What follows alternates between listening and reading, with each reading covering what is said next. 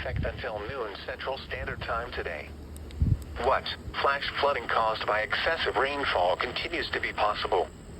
Where? Portions of southeast Louisiana, including the following parishes: Lower Plaquemines and Lower St. Bernard, and southern Mississippi, including the following areas: northern Hancock, northern Harrison, northern Jackson, Pearl River, southern Hancock, southern Harrison, and southern Jackson.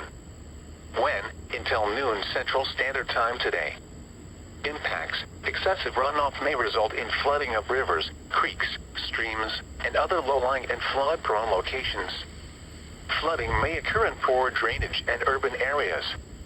Additional details: http://www.weather.gov/safety/.